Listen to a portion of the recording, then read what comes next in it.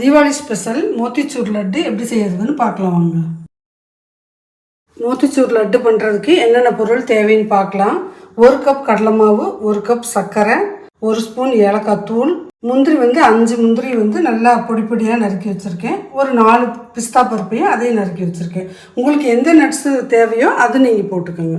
நெய், food colour. இப்போ இது எப்படி செய்யறதுன்னு பார்க்கலாம் வாங்க. இப்போ இந்த மாதிரி ஒரு பவுலில் இந்த மாவு சேர்த்திக்கலாம். 1/2 கப்பு நான் தண்ணி எடுத்துருக்கிறேன். இதை கொஞ்சம் கொஞ்சமாக ஊற்றி ரொம்ப தண்ணியாகவும் இல்லாமல் திக்காகவும் இல்லாமல் அந்த பதத்துக்கு நம்ம கரைச்சிக்கலாம்.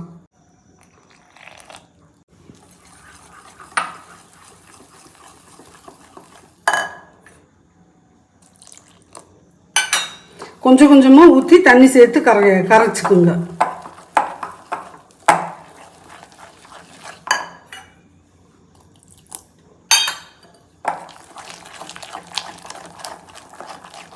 இப்போ இந்த தண்ணி பூராத்தையும் நான் ஊற்றிக்கிறேன். திக்காக இருக்குது, இன்னும் கொஞ்சமே தண்ணி ஊற்றணும். நான் 1/2 கப்பு தண்ணியை தான் கொஞ்சம் கொஞ்சமாக ஊற்றி கரைச்சிட்ருக்கேன். கொஞ்சம் கூட கட்டி இல்லாமல் கரைச்சிக்கணும். இந்த மோத்திச்சூர் லட்டு கடையில் இருக்க மாதிரியே நம்மளாலையும் பண்ண முடியும். நம்ம வீட்டில் இருக்கிற பொருளை வச்சே பண்ணலாம். இதுக்காக தனியாக ஒரு ஸ்பெஷலான டூல்லாம் தேவையில்லை. அது எப்படின்னு இப்போ இந்த வீடியோவில் நம்ம பார்க்கலாம். இப்போ மாவு பதம் எப்படின்னா, இப்படி நம்ம எடுத்தோன்னா இப்படி டாட்டாக உழுகணும். ஒரே கம்பி மாதிரி உழுகாமல். இது கரெக்டான பதம். விட்டு விட்டு உழுகுது பாருங்கள். இந்த மாவை இந்த மாதிரி பைப்பிங் பேக்கு இந்த மாதிரி ஒரு டம்ளரில் வச்சு இதில் ஊற்றிக்கலாம். இந்த பைப்பிங் பேக் இல்லாதவங்க பால் கவரோ அல்ல வேறு ஏதாவது ஒரு அந்த பிளாஸ்டிக் கவரில் கூட நம்ம ஊற்றிக்கலாம். இப்போ இது ஒரு 3/4 கவருக்கு ஊற்றிக்கலாம். இந்த மாதிரி பெரிய பேக்காக இருந்தால் இப்படி கவர் ஓப்பன் பண்ணி விட்டு நம்ம ஊற்றிக்கலாம். சின்ன கவராக இருந்ததுன்னா கொஞ்சம் கொஞ்சமாக ஊற்றிக்கலாம். இப்போது அந்த மாவு ஊற்றணும்ல, இந்த பேக்கை இந்த மாதிரி மேலே முடிச்சு போட்டுக்குங்க நல்லா டைட்டாக. இந்த கீழே ரொம்ப சின்னதாக எட்ஜில் கட் பண்ணிக்கணும். அப்போ தான் பால்ஸாக குட்டி குட்டி பாலாக உழுகும். இந்த மாதிரி மாவு ரெடி பண்ணிக்கணும். இந்த மாதிரி பால் குட்டி குட்டியாக உழுகிற மாதிரி போடணும். தூரத்துலேருந்து போடுற மாதிரி பண்ணணும். நீங்கள் ரொம்ப கிட்ட வச்சு போட்டிங்கன்னா பால்ஸ் பெருசாக உழுகும். கொஞ்சம் தள்ளி வச்சு அமுக்கணும். ஒரே பக்கம் போகாமல் எல்லா எண்ணெயிலையும் எல்லா பக்கமும் வர்ற மாதிரி பண்ணுங்க. அப்போ தான் எல்லாம் ஒரே மாதிரி ஈவனாக வேகும். எண்ணெய் மிதமான சூட்டில் வச்சுக்கணும். காஞ்சதுக்கப்புறம் சிம்மில் வச்சுக்கணும். நம்ம நார்மல் சல்லடையில் எடுத்தோன்னா அது ரொம்ப குட்டி பாலாக இருக்கிறதுனால எல்லாமே எண்ணெய்க்குள்ளே விழுந்துடும். இந்த மாதிரி சல்லடையில் எடுத்தோன்னா தான் நல்லா அரிக்க முடியும் நம்மளால். ரொம்ப மொறுமொறுன்னு ஆக வேண்டியதில்லை. கொஞ்சம் வெந்ததுக்கப்புறமே நம்ம எடுத்துடலாம். கொஞ்சம் பதமாக தான் இருக்கணும் இந்த பூந்தி. நல்லா எண்ணெய் இல்லாமல் வடித்து அதை ஒரு பவுலில் போட்டு வச்சுக்கலாம். அரைச்சி இந்த மாதிரி ஒரு பவுலில் போட்டு வச்சுக்கலாம். பூராமாவே நான் இதே மாதிரியே எடுத்துகிட்டு வந்துடுறேன். இது ரொம்ப நேரம் வேக வேண்டியதில்லை. கொஞ்சம் சாஃப்டாகவே நம்ம எடுத்துக்கலாம். இப்போ இதை நம்ம எடுத்துக்கலாம். பெரிய கரண்டியில் எடுக்க முடியாது அப்படின்னா இதில் அள்ளி இந்த மாதிரி கூட நம்ம வடிச்சுக்கலாம்.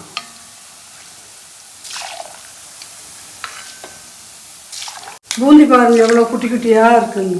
நம்ம பெருசாக போட்டு அதை அரைச்சி பண்ணணுங்கிறதெல்லாம் கிடையாது. நம்ம அரைச்சி பண்ணுறதை விட இந்த மாதிரி பண்ணோன்னா நல்லா அந்த குட்டி குட்டி பால்ஸ் நல்லாவே தெரியும், நல்லாவும் இருக்கும். அரைச்சி பண்ணணும்னா ஒரு மாதிரி மாவு மாதிரி ஆயிரும். இப்போ இந்த பூந்தியில் கொஞ்சம் கூட எண்ணெய் இல்லாமல் நல்லா வடிச்சிட்டு எடுத்துக்கலாம். சட்டுன்னு வேலை ஆயிரும். ரொம்ப லேட்டாகுங்களாம் நினைக்க வேண்டாம். போட்டோன்னே நம்ம எடுக்கிறது தான் இது. இதே மாதிரி எல்லா பூந்தியும் பொரிச்சிட்டு உங்கள்கிட்ட காமிக்கிறேன். பூந்தி எல்லாம் பொரிச்சாச்சு. நான் மூடி வச்சுருக்கேன். எதனால அப்படின்னா இந்த பூந்தி குட்டி குட்டியாக இருக்கிறதுனால டக்குன்னு மொறுமொறுன்னு ஆயிரும். பாருங்கள் எவ்வளோ சாஃப்டாக இருக்குன்னு. அதனால் பூந்தி போட்டதும் எடுத்துடணும். பூந்தியை அது மொறுமொறுன்னு ஆகிறதுக்கெல்லாம் வேகணும் செவக்கணும் அதெல்லாம் எதுவுமே கிடையாது. இப்படி புளிஞ்சமா டக்குன்னு அள்ளிடணும். அள்ளினாலுமே ஒரு பவுலில் போட்டுட்டு இந்த மாதிரி மூடி வச்சுருங்க. ஒரு தடவையும் போட்டு மூடி வச்சிட்டோம் அப்படின்னா சாஃப்டாக இருக்கும் பூந்தி நல்லா. இப்போது பாவு காய்ச்சி இதை உள்ளே ஊற்றி நம்ம கிளறிக்கலாம். இப்போ பாவு காய்ச்சறதுக்கு சர்க்கரை கொட்டிக்கலாம். ஃபுட் கலர் இந்த அளவுக்கு போட்டுக்கலாம். 1/2 கப் தண்ணி ஊற்றிக்கலாம். ஆரஞ்சு ரொம்ப லைட்டாக இருக்குது. நான் இன்னும் கொஞ்சம் போட்டுக்கிறேன். ஹை ஃப்ளேமில் வச்சு சர்க்கரை நம்ம நல்லா கரைச்சிக்கலாம். சர்க்கரை நல்லா கரைஞ்சிருச்சு. இப்போ ஃப்ளேமை ஆஃப் பண்ணிவிட்டு நம்ம பூந்தியை கொட்டிக்கலாம். இப்போ இந்த பூந்தி பாவோட நல்லா எல்லா இதுவும் கலந்துக்கிற அளவுக்கு நல்லா மிக்ஸ் பண்ணிவிட்டு அதுக்கப்புறமேலு நம்ம ஸ்டவ்வை ஆன் பண்ணிக்கலாம். இப்போ பூந்தி சர்க்கரையோடு நல்லா மிக்ஸ் பண்ணியாச்சு. இப்போ நம்ம ஸ்டவ்வை ஆன் பண்ணி லோ ஃப்ளேமில் வச்சுக்கலாம். லோ ஃப்ளேமில் வச்சு இங்கே பாருங்கள், இப்படி ரெண்டாக பிரிக்கும்போது நமக்கு இந்த பாகு வருதில்ல, இது வரக்கூடாது, அந்த அளவுக்கு குக் பண்ணிக்கலாம். இதை இந்த பூந்தி சிரப்பில் நல்லா வேகணும், ஊறி அந்த அளவுக்கு நம்ம இதை சிம்லேயே வச்சு வேக வச்சுக்கலாம். இதுக்கு பாவு பதம் கம்பி பதம் வரணும் அதெல்லாம் எதுவுமே கிடையாது. ரொம்ப ரொம்ப ஈஸி. இது அடிக்கடி மிக்ஸ் பண்ணி விட்டுக்கிட்டே இருங்க. ஒரே பக்கம் பாகு போய் நிற்காம எல்லா பூந்தியிலையும் பாகு நல்லா ஊறுற அளவுக்கு நம்ம மிக்ஸ் பண்ணி விட்டுக்கிட்டே இருக்கலாம். இப்போ பாருங்கள், அப்படியே ரொம்ப தண்ணியாட்டு இருந்தது, இப்போ கொஞ்சம் திக்காக இருக்குது பாருங்கள் சிரப். இது சுத்தமாக இருக்கக்கூடாது, அந்த அளவுக்கு நம்ம வேக வச்சுக்கலாம். இப்போது இந்த சிரப் திக்காகிக்குச்சு, இருந்தாலும் ரெண்டு ஜாயிண்ட் ஆகுது பாருங்கள். இது இன்னும் கொஞ்சம் சுண்டணும். உங்களுக்கு இந்த பேக்கில் போடுறதுக்கு சிரமமாக இருக்குன்னா அதுக்குன்னு விற்கிது கரண்டி, அரிகரண்டி விற்கிது, அந்த பூந்தி கரண்டி. அது நீங்கள் வாங்கிக்கலாம். அது வாங்கி போட்டிங்கனாலும் உங்களுக்கு ஈஸியாக இருக்கும். இப்போ பாருங்கள், ஒன்றோட ஒன்று ஜாயிண்ட் ஆகலை, இதுதான் பதம். இப்போ நம்ம ஸ்டவ் ஆஃப் பண்ணிடலாம். இப்போ ஸ்டவ் ஆஃப் பண்ணிவிட்டு இந்த பூந்தி எல்லாத்தையும் ஒரே மாதிரி ஈவனாக தடவி விட்டுருங்க. இப்படி நல்லா சமன்படுத்தி விட்டுருங்க. இதை ஒரு மூடி போட்டு மூடி வச்சுருங்க. ஒரு 10 நிமிஷம் கழித்து நல்லா செட் ஆகிக்கும். அதுக்கப்புறமேல் நம்ம மற்றதெல்லாம் பண்ணிக்கலாம்.